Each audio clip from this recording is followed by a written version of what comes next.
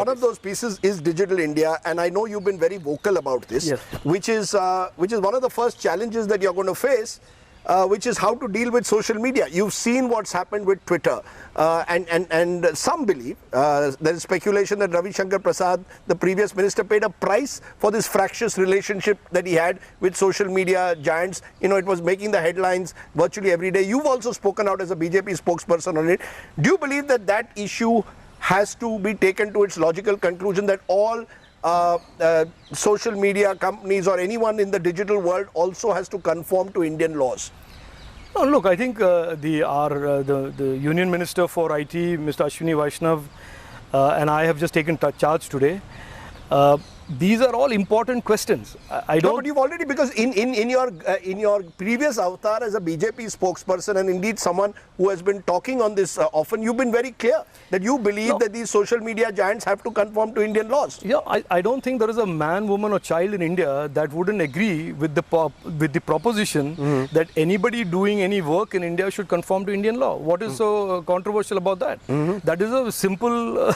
But it's become very fractious, and I was referring to that point of yours. Yes. I was saying that to the question of whether it's fractious or not, I think you need to give this new team in METI an opportunity to study the issues, understand the issues. There is a cabinet minister there, there is a minister of state there, there is a full team of people there.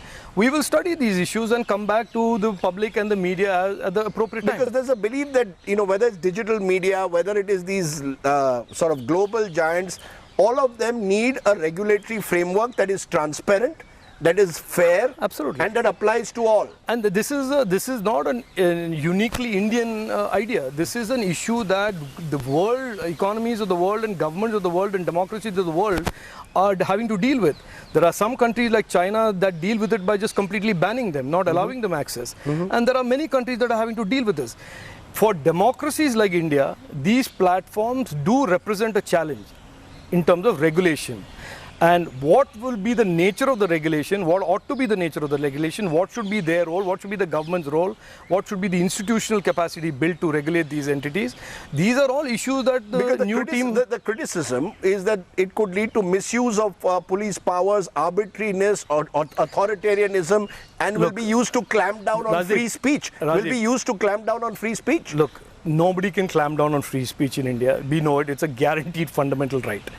So, I mean, just because somebody huffs and puffs about it... No, it's guaranteed in the constitution, but in reality, there have been instances where governments, yours and others, have clamped down. You remember during the UPA government, Section 66A, I went to court, I raised it in Parliament, nobody did anything about it, and the Supreme Court struck it down.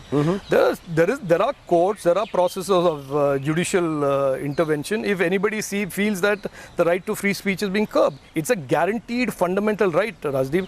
This is not some women fancy